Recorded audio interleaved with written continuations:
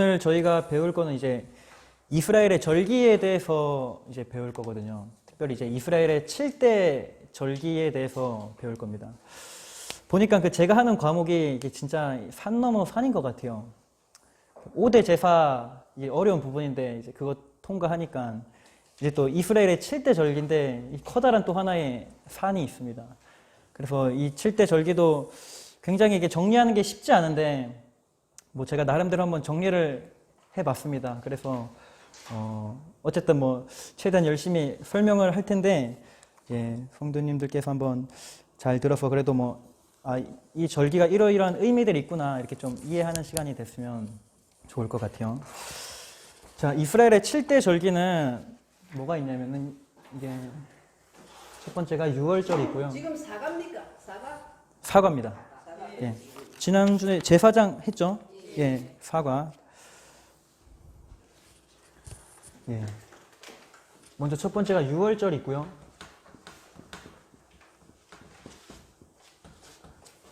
그 다음에 무교절이 있고요.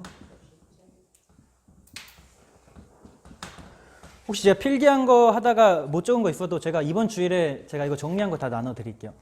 예, 그래서 혹시 놓친 거 있어도 그냥 괜찮을 것 같아요. 그 다음에 초실절이 있고요.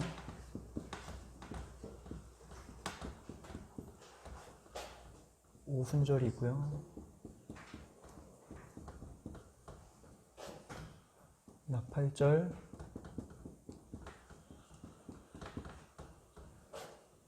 속죄일, 맞습니다. 초막절. 요거를 가리켜 이스라엘의 7대 절기라고 하거든요.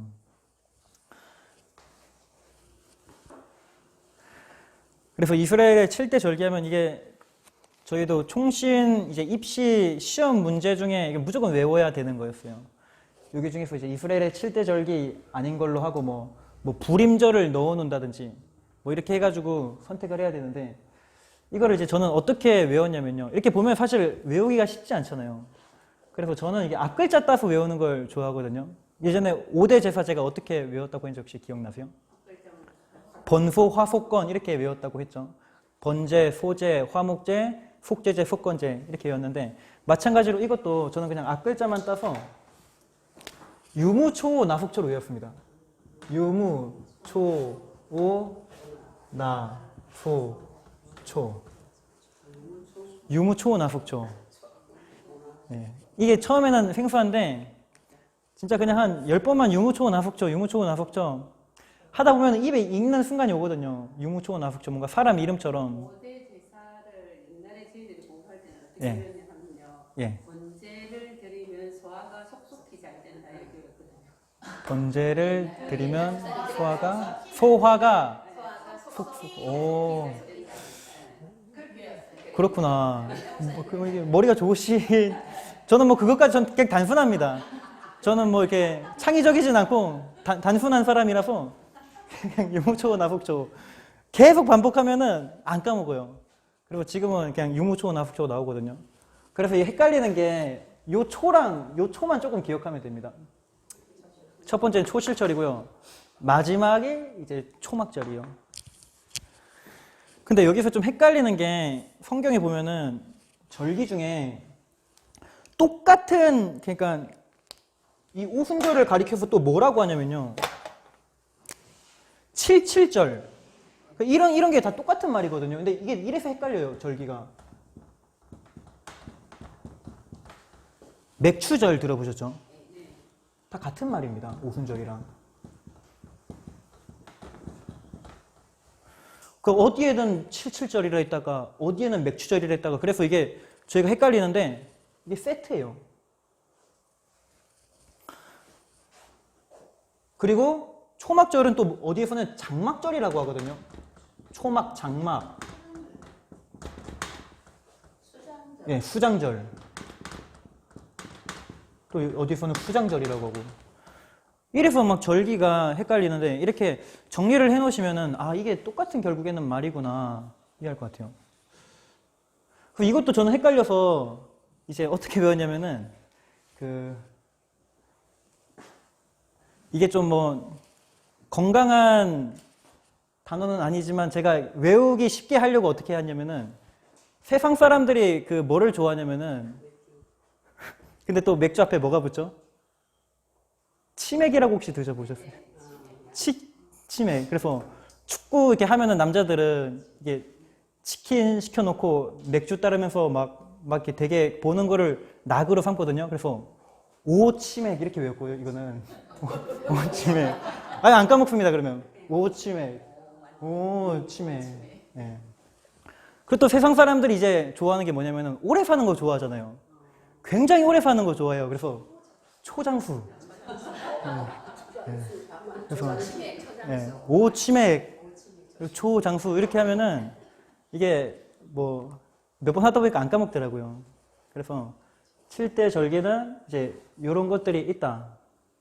이렇게 이해를 하시면 될 것 같아요. 그럼 이제 하나씩 한번 살펴보도록 하겠습니다.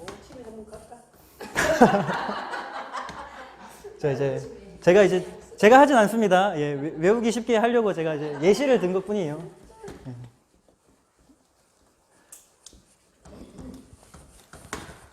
자, 그럼 6월절부터 한번 가보겠습니다. 6월절 날짜는 1월 14일입니다.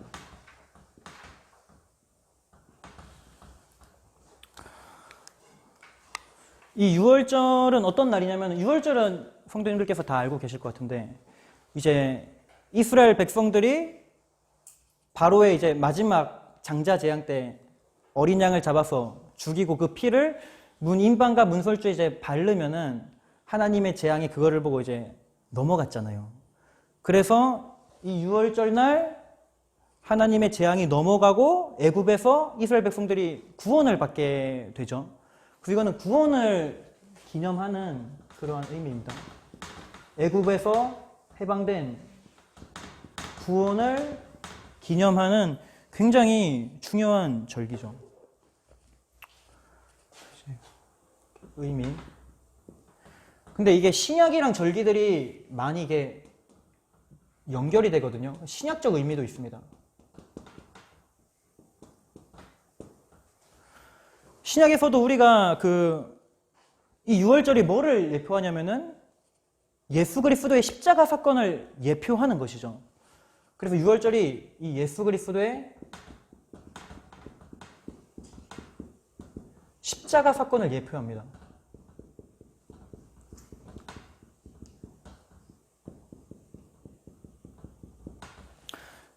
예수님께서 십자가에서 언제 죽으시냐면은 6월절에 죽으세요. 그래서 예수님을 가리켜서 이 6월절 어린 양이라고 말하거든요. 그래서 구약에는 그 어린 양의 피가 문 인방과 문설주에 있으면은 그 하나님의 재앙으로부터 이게 넘어갔듯이 이게 6월절이 넘어가다라는 그런 의미잖아요. 패스오버. 그래서 신약 시대는 우리에는 예수 그리스도의 피가 우리의 마음속에 새겨져 있으면은 우리가 그 하나님의 심판에서 넘어가게 되는 것이죠. 그러니까 당연히 이 6월절의 어린 양은 누구를 예표하는 거겠습니까? 예수 그리스도를 예표하는 것입니다. 그리고 이 6월절에 6월절 식사가 있거든요. 6월절 식사. 6월절 날에는 이 6월절 어린 양을 먹는 그러한 게 있어요. 이렇게 쓴 나물이랑 이제 무교병이랑 해서 6월절 식사를 해야 되는데 이게 신약 시대에 어떻게 결국에는 연결되냐면은 오늘날에 우리가 성만찬 하잖아요. 이게 6월절 식사에서 이게 연결이 되는 거예요.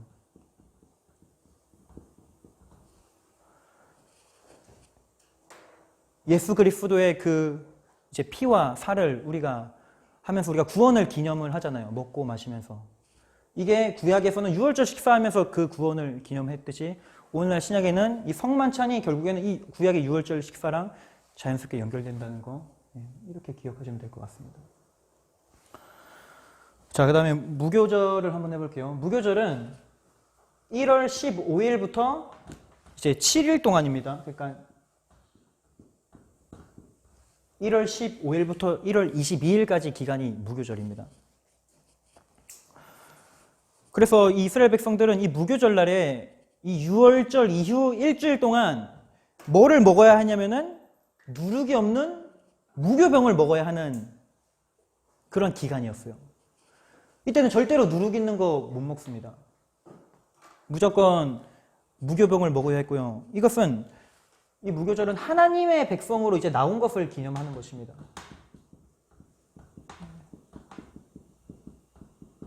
백성으로 나온 것 기념. 왜냐하면 이제 무교절에 이제 출애굽이 시작이 되는 거거든요. 이게 신약 시대에는 어떻게 연결이 되냐면요. 예수님께서 유월절에 죽으시죠. 그리고 예수님이 이 무교절에 무덤에 내려가십니다. 그래서 무교절이 예수님이 장사되시고 이제 무덤에 계신 날이에요. 이게 절기랑 이게 들어맞습니다. 그러니까 누룩 없는 빵을 먹어야 했던 그 무교절에 그 무교병이 뭘 의미하냐면은 먼저 잠깐 여기 쓸게요. 무교병을 먹어야 된다고 했잖아요. 무교절에. 근데 무교병은 누룩이 없는 빵이거든요.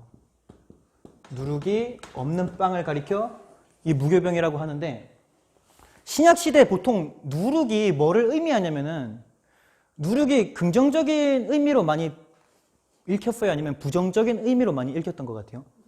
그죠? 부정적인 의미로 뭔가 읽혔죠. 바리새인들의 누룩을 주의하라. 죄의 누룩을 너희들이 이제는 멀리하라. 그러니까 누룩은 이 신약시대에 이 죄랑 연결이 되거든요. 그러니까 무교병은 결국에는 뭐를 의미하는 거냐면은 죄 없음. 어떤 순전함. 이런 거를 가리키는 게 이 무교병입니다. 그래서 예수님이 그 누룩 없는 빵을 먹어야 했던 무교절에 예수님은 죽으셔서 이제 죄의 누룩을 지옥으로 다 던져버린 거예요. 그래서 고린도전서 5장 7절에 뭐라고 말하냐면은 제가 읽어드릴게요. 너희는 누룩 없는 자인데 새 덩어리가 되기 위하여 묵은 누룩을 내버리라. 우리의 유월절 양 곧 그리스도께서 희생되셨느니라 라고 말합니다. 그래서 우리가 이 신약적 의미에서 이 무교절은 또 어떻게 볼 수 있냐면 우리가 이제 누룩 없는 삶을 살아가야 된다는 거예요.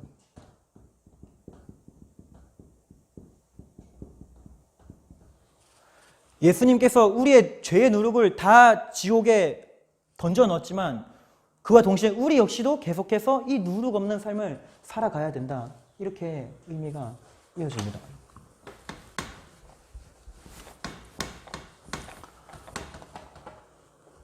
자, 초실절 해보겠습니다. 초실절은 이 유월절 후에 첫 안식일 다음 날입니다.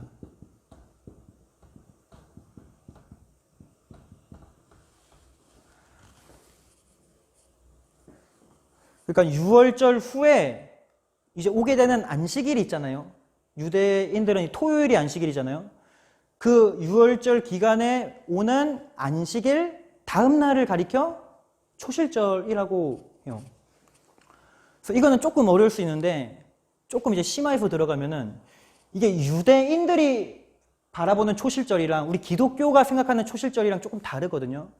왜냐하면 이게 해석의 차이인데 그 초실절이 성경에서 유월절 후 첫 안식일 다음 날인데 여기서 그 안식일을 가리켜서 유대인들은 뭐라고 해석하냐면은 무교절이 안식일이거든요. 그러니까 유월절 후 첫 안식일 다음 날이니까 유대인들은 초실절을 아예 날짜를 1월 16일로 박아놨습니다. 근데 기독교인들은 이 안식일을 이 무교절로 보지 않고 일반적으로 우리가 알고 있는 그 토요일 안식일로 생각해요. 그러니까 무조건 초실절은 주일이 되는 거겠죠. 그래서 기독교인들은 날짜가 이게 변경이 될 수도 있고 왜냐하면 이게 안식일에 대한 기준이 해석을 어떻게 하느냐에 따라 좀 달라지기 때문에 그래서 기독교인들은 그냥 유월절 후 첫 안식일 다음 날 이렇게 봅니다. 저는 이게 처음에 굉장히 헷갈렸는데, 예. 근데 유대인들은 그냥 1월 16일, 왜냐면은 걔네들은 무교절이 안식이라고 생각하기 때문에, 기독교인들은 토요일을 요 안식일로 바라봐서 그냥 초실절은 무조건 주일이 되는 겁니다. 예. 이런 게 있다라는 거. 그래서 이 초실절은 어떤 날이냐면은 이제 첫 후학을 하나님께 드리는 거예요. 이때 이제 보리가 재배되거든요. 첫 후학. 근데 이때 나는 작물이 보리입니다. 그것을 하나님께 드리면서 감사하는 거예요. 드림까지만 쓸게요. 하나님, 이런 열매 주신 거 너무나 감사합니다. 첫 열매를 올려드리는 것입니다. 감사하는 동시에 기대를 하는 거예요. 하나님, 이제 첫 열매가 열렸네요. 앞으로 이제 많은 열매를 우리에게 주실 것을 기대합니다. 그러면서 가장 귀한 이 첫 열매, 이 보리를 소재로 하나님께 드리는 것입니다. 그래서 우리가 지금 그 첫 열매가 있잖아요. 처음으로 번 월급. 그것을 하나님께 이제 드려야 된다. 이게 초실절로부터 나온 개념입니다. 저는 이제 초실절 이 첫 열매에 대한 좀 안 좋은 기억이 있는데, 제가 이제 고등학교 2학년 때인가요? 굉장히 이제 돈이 필요해서 이제 하루 노가다를 했거든요. 친구 한 명이랑. 엄청 햇볕 쨍쨍한 곳에서 막 이제 공사판에 가면 아저씨들 막 이렇게 지징 하면 이렇게 막 파편 날라오는 거 있잖아요. 불꽃. 막 그런 거 막 하면서 용접 막 그런 거 하고, 그러니까 여기에 막 다 켰거든요. 막 살에 막 박히고 무거운 거 막 다 나르고, 그러면서 진짜 아침부터 저녁까지 떼양볕 쐬면서 하루 종일 일해서 제가 그때 뭐 한 7만 원인가요? 8만 원인가요? 그걸 벌었어요. 그래서 그걸 갖고 왔는데 집에 엄마가 저한테 그러는 거예요. 너 그거 첫 열매 드려야 된다고. 제가 그때 엄청 고생했는데 그 말을 듣는 순간 굉장히 이 고민이 되더라고요. 근데 그때 당시에는 내가 여기서 지금 7, 8만 원 드리는 게 나중에 더 큰 월급 받아서 드리는 것보다 좀 낫겠다. 그때 당시에는 좀 그런 계산이 돼서, 예. 근데 또 막상 또 전도사 되니까 양심에 찔려서 또 그렇게는 안 되더라고요. 근데 어쨌든 그때 당시에는 그렇게 생판 고생만 하고 그거 하나님한테 이렇게 첫 열매로 이렇게 막 드렸던 기억이 나는데, 어쨌든 좀 그런 기억이 나더라고요. 이게 초실절에서부터 이제 기인됐다라는 거. 이 초실절에 신약에서는 어떻게 되냐면은 예수님께서 죽으셨죠. 6월절에 무교절에 무덤에 가셨죠. 초실절날 예수님이 부활하십니다. 그래서 예수 그리스도가 부활한 날입니다.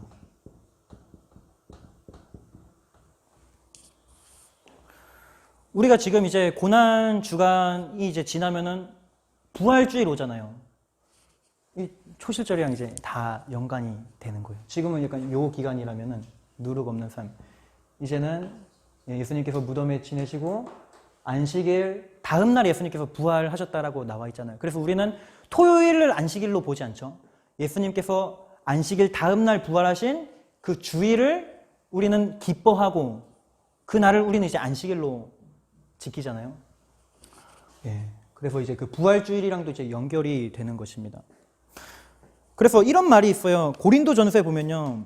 예수님이 잠자는 자들의 첫 열매가 되셨다라는 구절 혹시 기억나시나요? 그렇죠? 이제 그게 무슨 말이냐면은 예수님께서 잠자는 자들의 첫 열매가 되셨대요. 여기 이게 첫 수학이죠. 우리가 예수 그리스도를 따라가고 있잖아요. 그러면 예수 그리스도를 따라가는 자들의 끝은 어떻게 될까요? 예수님께서 부활하신 게 첫 열매래요. 우리도 예수님과 같이 부활하게 될 거라는 그러한 의미가 되는 것입니다. 그래서 앞으로 우리도 이제 부활의 소망을 품을 수 있는 거예요. 예수님께서 첫 열매가 되셨기 때문에 이제 우리들도 이제 죽으면은 그대로 이제 부활해서 가게 되는 것입니다. 자, 그러면 오순절 가겠습니다. 오순절은요, 초실절 후에 50일째 되는 날을 오순절이라고 합니다.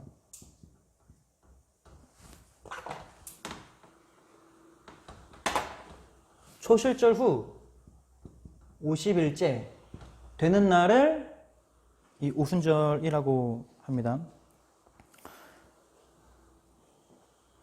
그래서 이 날을 칠칠절이라고 하는 이유는 초실절 이후 이제 7주간이 지난 안식일 다음 날이 이 오순절이라서 그래서 칠칠절이라고도 불러요. 77에 49잖아요. 그래서 7주간이 지난 그 안식일 다음 날이다. 그래서 칠칠절이라고도 부르고요. 맥추절이라고도 부르는 이유는 이 오순절에 이제 뭐가 되냐면은 보리 추수가 마무리되고요. 이때 이제 시작된 마무리가 되고요. 밀 추수가 이제 새롭게 시작이 됩니다. 그래서 이때도 첫 열매를 드려요. 이번엔 보리가 아니라 이제 밀로 첫 열매를 드리는 것이죠. 오순절날. 그리고 또 신기한 게 뭐냐면은 오순절날 어떤 일이 있었냐면은 모세가 시내산에서 율법 받은 거 기억하시죠? 그게 오순절날입니다. 모세가 시내산에서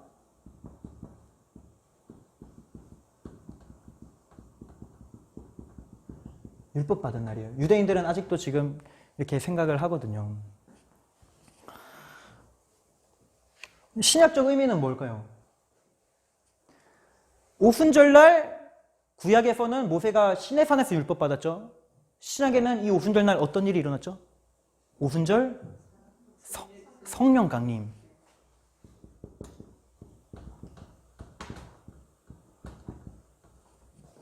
구약에서 하나님께서 시내산에서 무엇으로 임하였냐면 불로 임하였습니다. 신약에서 하나님께서 어떻게 임하냐면은 불의 혀처럼 보이는 그 갈라지는 것들이 사람들에게 임하였다라고 말해요. 그리고 구약에서는 하나님께서 하나님의 법을 돌판에 새겨주셨죠. 오순절날 신약시대는 어떤 일이 일어났습니까? 하나님의 법을 어디에 이제 새겨주셨죠? 우리의 마음판에 이제. 그래서 예레미야에서는 이거는 이제 새 언약이라고 말하거든요. 이제 나의 법을 너희들의 그 마음에 새기는 날이 올 것이다. 이게 그 오순절날 성취가 된 것입니다. 그래서 요거를 가리켜 옛 언약이라고 말하고 요거를 새 언약이라고 말하는데 너무 신기한 게 같은 오순절날 이런 게 일어났다는 거. 네. 모세가 이제 첫 번째 말고 두 번째 돌판에 받은 날을 얘기하시는 거죠. 첫 번째 받은 날인 것 같아요. 깨지기 전에. 예, 깨지기 전에 맨 처음 받은 그 날을 가리켜서 맨 처음 받은 날입니다.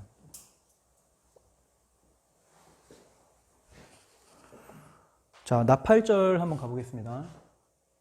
나팔절은 이제 여기까지가 이게 좀 나눠지는데 여기까지가 이제 그 봄절기거든요. 여기까지가 이제 봄절기고 여기가 이제 5월에서 6월이고 우리나라 시간으로 여기가 이제 봄이고 그러니까 요게 지금 우리가 부활주일 하는 게 요 말이죠. 이제 여기가 봄절기 6월절에서 초실절까지가 봄절기 일단 한번 써볼게요. 봄절기 오순절은 5월에서 6월 정도 되고요. 그 다음에 나팔절부터 초막절까지를 가을절기라고 합니다.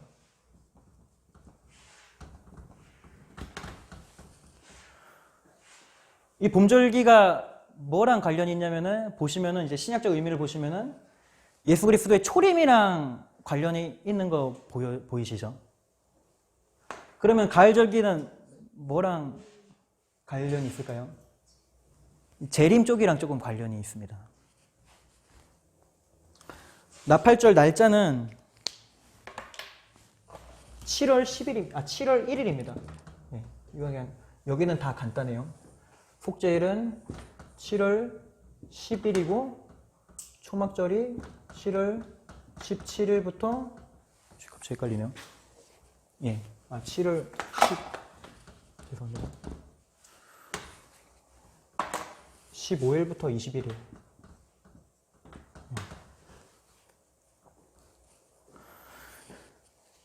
이 나팔절에는 이 날이 이 유대인들한테는 새해 첫날이거든요. 나팔절이. 이 유대력이라는 걔네들의 또 날짜가 있는데 그걸로는 새해 첫날이에요. 그래서 이 새해 첫날 나팔을 붑니다.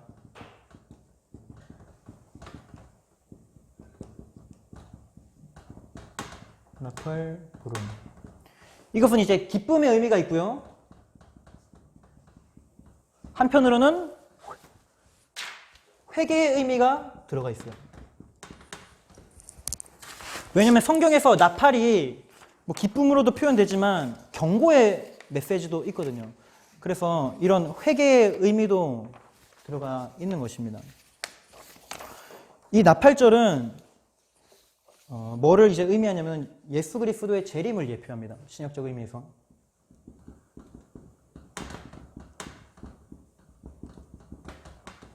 그림이 글씨가 막 날아가네요. 혹시 글씨 못 알아보는 거 있으시면 얘기해 주셔도 됩니다. 예수님이 재림하실 때 이제 계시록에 보면은 뭐가 불려진다고 하냐면은 항상 이 나팔이 불려진다라고 하거든요. 그래서 제가 고린도전서 제가 읽어드릴게요. 15장 51절에 이렇게 나와 있습니다. 보라 내가 너희에게 말하노니 우리가 다 잠잘 것이 아니요 마지막 나팔의 순식간에 호련히 변화되리니. 그래서 이 나팔절은 이 재림을 예표하고 있습니다. 자, 그 다음에 속죄일 가도록 하겠습니다. 이 나팔절이 지나고 이 속죄일까지 7월 10일까지 유대인들이 이제 매일 하나님 앞에 회개 기도를 드립니다. 왜냐하면 속죄일이 어떤 날이냐면 굉장히 엄숙한 날이잖아요. 1년에 딱 한 번 대제사장이 지성소에 들어가 이스라엘 모든 백성들의 죄를 회개하는 가장 중요한 날이거든요. 그래서 이게 레위기 16장에 나오는데 제가 예전에 처음 바이블 스터디 강의할 때 뭐라 말했냐면 모세오경에서 신학자들이 어느 성경이 가장 중요하다라고 보고 이제 본다고 했냐면은 구조상 보면은 레위기가 이 가운데에 들어간다고 했거든요.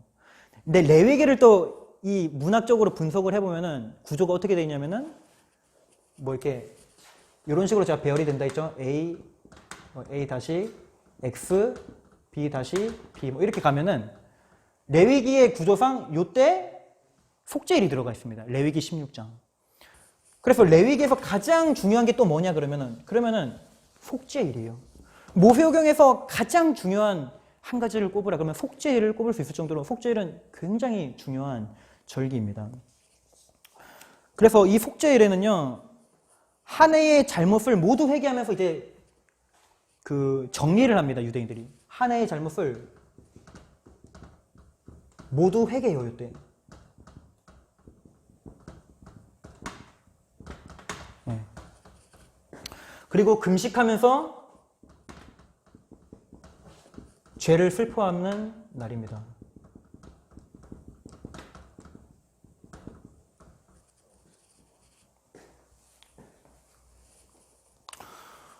그리고 이 속죄일은 이제 신약으로 가면은 뭐 당연히 이제 예수 그리스도의 이것도 십자가 사건이랑 관련이 있겠죠.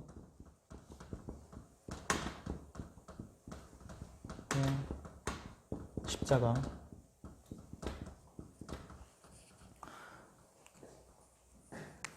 요 속죄일 날 이제 보면은 두 염소가 있었는데 그 한 염소는 속죄 제물로 이렇게 드려지는 모습이 나와요. 지성소에 들어가서 그 이제 피를 속죄소에 이제 뿌리고 한 염소는 그렇게 되고 또 한 염소는 아사셀의 염소라고 대제사장이 그 염소 한 마리 살아있는 염소는 데리고 와서 이 염소에 안수하여 이스라엘 백성들의 모든 죄를 전가시킨 다음에 어디로 보내냐면 이제 광야로 보내거든요. 그래서 한 마리 염소는 속죄 제물로 죽고 한 마리 염소는 아사셀 염소로 보내지게 되는데 예수 그리스도가 이거 두 개 모두 다 예표하는 것입니다. 아사셀 염소는 뭐냐면은 예수님께서 십자가에서 죽으시고 어디서 죽으시냐면은 영문 밖 골고다에서 죽으시잖아요. 그래서 그게 아사셀 염소를 예표하는 것이라 볼 수 있거든요. 그래서 이 속죄일은 당연히 예수 그리스도의 십자가 사건을 예표하는 것이고 또 어떤 사람들은 요거를 이렇게만 보지 않고 최종 심판이라고도 보는 사람이 있어요. 왜냐하면 최종 심판 때 우리의 모든 죄가 이제는 다 끝나는 것이잖아요. 그래서 요 순수에 맞춰서 예수님께서 재림하시고 요때 이제 최종 심판이 이루어지면은 모든 죄가 이제 다 끝난다. 그래서 또 이렇게 보시는 분들도 있습니다. 자, 이제 마지막 초막절 하겠습니다. 요때까지 이제 이스라엘 백성들이 자신의 죄를 10일 동안 매일 회개한다고 했죠. 그리고 속죄일이 끝나면은 이제 이스라엘 백성들이 뭐를 하냐면은 축제 준비를 합니다. 이 초막절은 어떤 날이냐면은 이스라엘 백성들이 광야에서 초막 생활을 하잖아요. 근데 그 초막 생활을 할 때 하나님께서 이스라엘 백성들을 인도해 주시고 지켜주신 것에 대한 감사의 의미가 있는 거예요. 그래서 이때는 이스라엘 백성들이 실제로 초막을 짓고 7일 동안 그 초막에서 생활을 하거든요. 그래서 그 초막에서 생활하면서 하나님께서 광야에서 우리를 이렇게 지켜주시고 보호해 주셨지, 이런 것들을 어떤 감사하는 의미가 있는 것입니다. 이거는 지켜주심에 대한 감사로 그냥 이렇게 적겠습니다.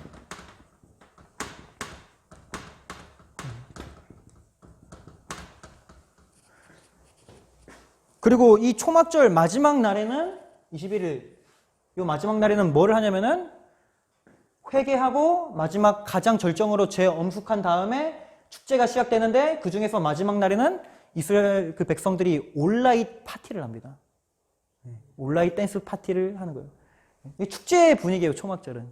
이때까지 막 슬퍼하다가 이때 이제 축제 분위기입니다. 이거는 신약적인 어떤 의미가 있냐면은 이제 완전한, 여기 좀 지울게요. 완전한 하나님 나라를 예표합니다. 완전한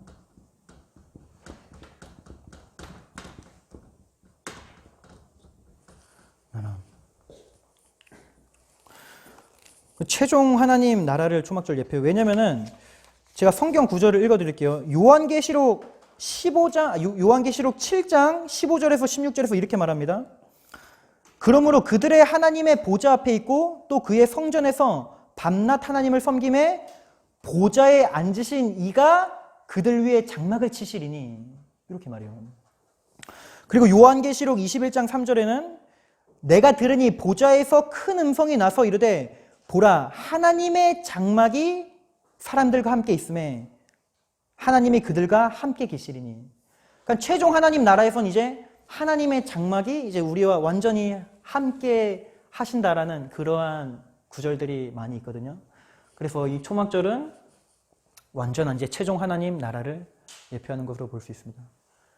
예수님께서 그래서 나팔절날 재림하셔서 이때 이제 최종 심판하시고 우리는 이제 혼인양의 어린 잔치에 들어가 최종적인 하나님의 나라를 이루는 그러한 의미로 볼 수 있죠.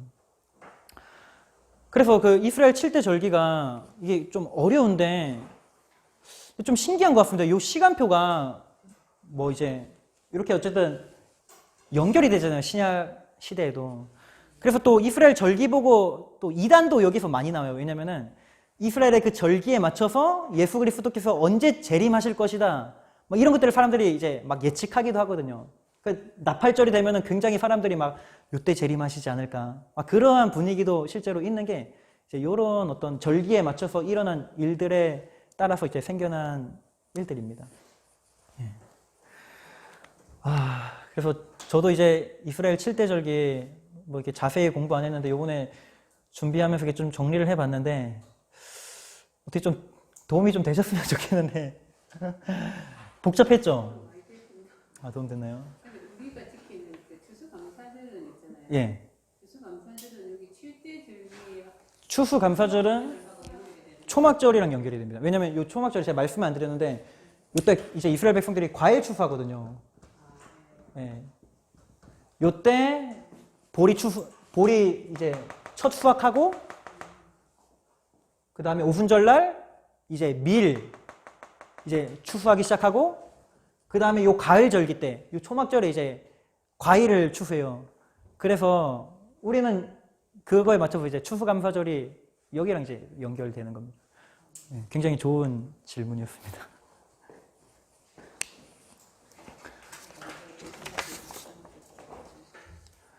네. 유대력은 우리나라 이게 세계 공통으로 쓰는 절기게 그거하고는 어떻게 차이가 있습니까? 유대력이요. 그 이스라엘은 좀 복잡하거든요. 시간이 3개예요, 걔네는. 걔네는 그 태양력이 있고 이제 유대력이 있고 그다음에 하나가 종교력이라는 게 있어요. 종교력은 여기서 성경에서 말하는 날짜들이 나오잖아요. 요걸 이제 종교력이라고 말하고, 또 유대력은 또 지대들끼리 이제 있는 요 새해 첫날, 이제 그거를 이제 또 유대력이라는 게 또 있고, 우리가 일반적으로 쓰는 그런 태양력을 또 있는데, 좀 이건 복잡해요. 저도. 우리가 지키는 이게 네. 그 하고는 다르잖아요. 이게. 뭐 좀 다르죠. 새해 첫날 시간이 완전 다르죠, 우리랑. 그러니까 또 우리가 어려워. 더 어려워요. 예. 그래서 좀 복잡합니다. 유대인들은 뭐 종교력이 있고 뭐 유대력이 있고, 그래서 날짜가 막 뭐 여기는 새해 첫날인데 또 그 종교력으로는 또 7월 1일이에요. 근데 얘네는 유대력으로는 또 여기가 새해 첫날이에요. 근데 우리는 이때 또 가을이죠. 그러니까 그냥 이런 게 있다라는 것만 하고 넘어가면 될 것 같아요. 복잡하게 들어가면은 막 이렇게 진짜 뇌 위기가 옵니다. 네. 저 옛날에 그 7대절기 막 이제 총신대 이제 1학년 들어가고 나서 막 공부하는데 이게 진짜 막 이해가 안 가는 부분도 좀 많고, 그래서 막 유튜브 강의도 들어보고 했는데 그때 막 진짜 머리가 막 아팠거든요. 7대절기가 막 이게 막 진짜 성경 여러 곳곳에 이제 퍼져져 있으니까. 그래서 근데 뭐 제가 얘기한 정도만 이제 이해하시고, 그 다음에 요 교재 한번 보시면은 뭐 이렇게 그냥 요런 거구나. 뭐 6월절은 이런 의미구나. 초실절은 뭐 이런 의미구나. 그런 의미들만 조금 기억하시면 좋지 않을까 그렇게 생각이 됩니다. 예, 모두 너무 고생하셨습니다. 예. 다음번에는 이제 그 안식에 관련돼서 이제 제가 한꺼번에 하려고 하는데, 뭐 그것도 쉽지는 않을 것 같아요. 이제 뭐 희년 뭐 그런 거라서 다 이제 저는 뭐 절기, 희년, 구약에서의 어려운 부분만 이제 있습니다. 그래서 아무튼 뭐 예. 마지막 강의. 네. 그럼 저희 기도하고 마치도록 하겠습니다. 주님 감사합니다. 또 오늘도 저희들에게 또 귀한 시간 허락하여 주셔서 또 하나님의 말씀에 대해서 또 더욱더 깊이 알아갈 수 있는 은혜를 주신 것 감사합니다. 하나님, 저희들의 삶 가운데에 더욱더 하나님의 말씀을 사랑하게 하여 주시고 또 하나님의 말씀을 알아가기 위하여서 또 이 시간 귀한 발걸음을 해주신 우리 모든 성도님들의 그 마음의 중심을 주님께서 기뻐 받아주시고, 또 성도님들의 마음 가운데에 더욱더 말씀을 사모하는 마음과 더욱더 말씀을 깨닫게 되어지는 귀한 은혜가 앞으로의 삶 가운데 넘쳐나게 하여 주시옵소서. 예수님의 이름으로 기도합니다. 아멘.